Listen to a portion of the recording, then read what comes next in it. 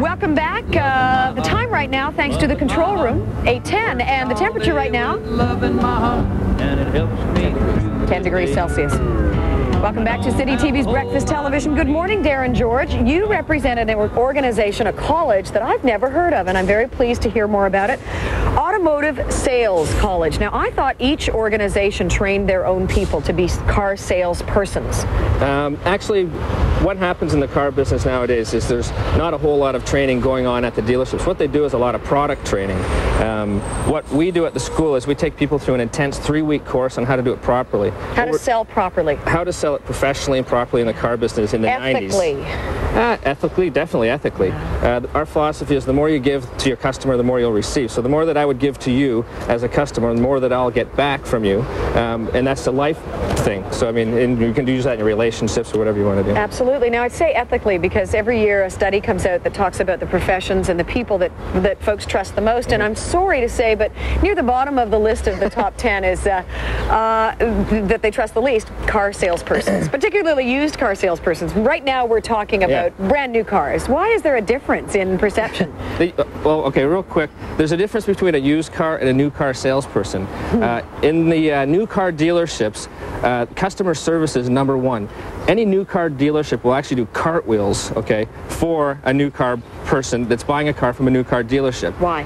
The reason why is because of customer service. The owner of a dealership could actually lose his dealership, okay, if he doesn't treat the customers 100%. You want very important interim time spent with the customer because they bring the car back for service, but you want repeat business as well. Repeat business is very important. Tell your friends and all of the other good things. Definitely. We're in a car lot right now. This is the Breakfast Television City TV Chum City building. Dealership. A dealership, absolutely. And we've got some customers over here, and I wondered if you could show me how you go about selling a car. So I'll follow you. We will follow you. You're going to be my apprentice? I will. I'll be that little thorn in your side or the something on your shoulder. Okay. Geez, we have a lot of suit people here.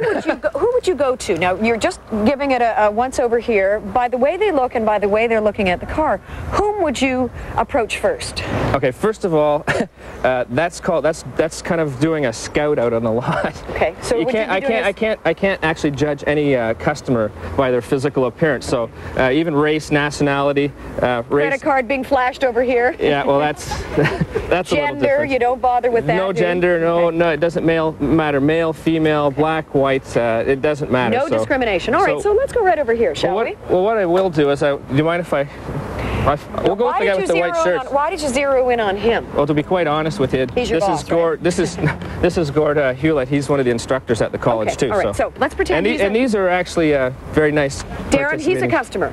Go for it. Great. Would you hold this while you're just talking to them? Okay.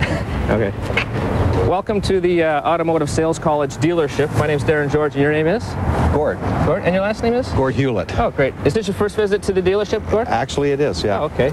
Did you know that our dealership has one of the best customer service records in the Toronto area? No, I wasn't aware of that. Okay, well, I just thought I'd let you know thanks. That. What features are you looking for in your new vehicle today, Gordon? New or used? I'm looking for a new vehicle. New vehicle, okay. Yeah. 2-door, 4-door? I need a 4-door. Yeah. Automatic, 5-speed? No, automatic for sure. Okay. Yeah. How many kilometers a year do you drive? Oh, about roughly 30,000 in that range. All right, so you put a few kilometers on the vehicle. Yeah, a little more than usual. Average. What other features would you like? Do you want ABS brakes, dual airbags?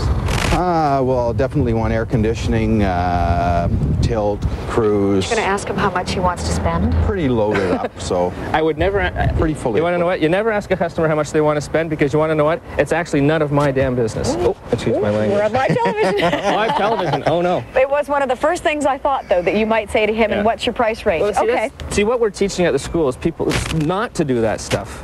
Okay, not to be the old stereotype. Right. We're doing the exact opposite of what everybody's. The dress jacket and the loud tie and exactly. Anybody that buys a car from a graduate from the Automotive Sales College will be treated professionally. Okay, not okay.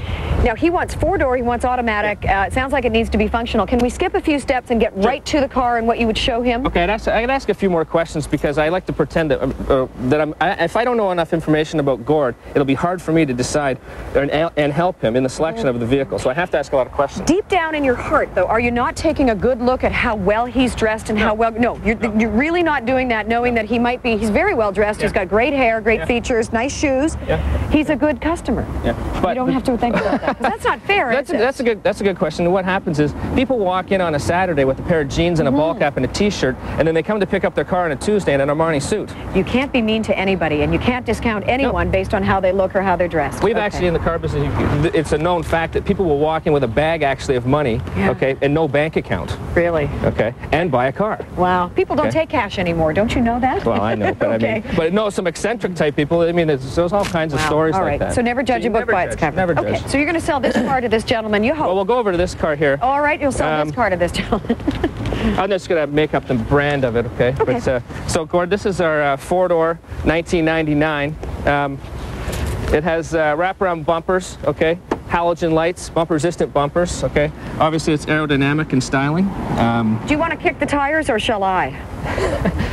No one does that, do they? No, people do that. Okay. We could go on about this for like 3 weeks. Yeah, that's part of the course, isn't it? Yeah, it's a 3-week course. Okay. The bottom line is that people will say, I'm just looking, I'm just shopping, what's your best price, what's the bottom line, I'm kicking tires, I want to sleep on it. We already know the customers are going to say this stuff, so actually at the school we do a lot of psychology, and we actually try to teach our students to understand the needs of the customer. So when they actually say stuff like that, we already know why they're saying it. Okay. So when someone says they're kicking tires, we know that they came there for a reason. Okay. Well, you'll say, makes me feel better to kick something too. Want to hit it, maybe? Yeah. All right. So what I would do is it's a good thing I found that.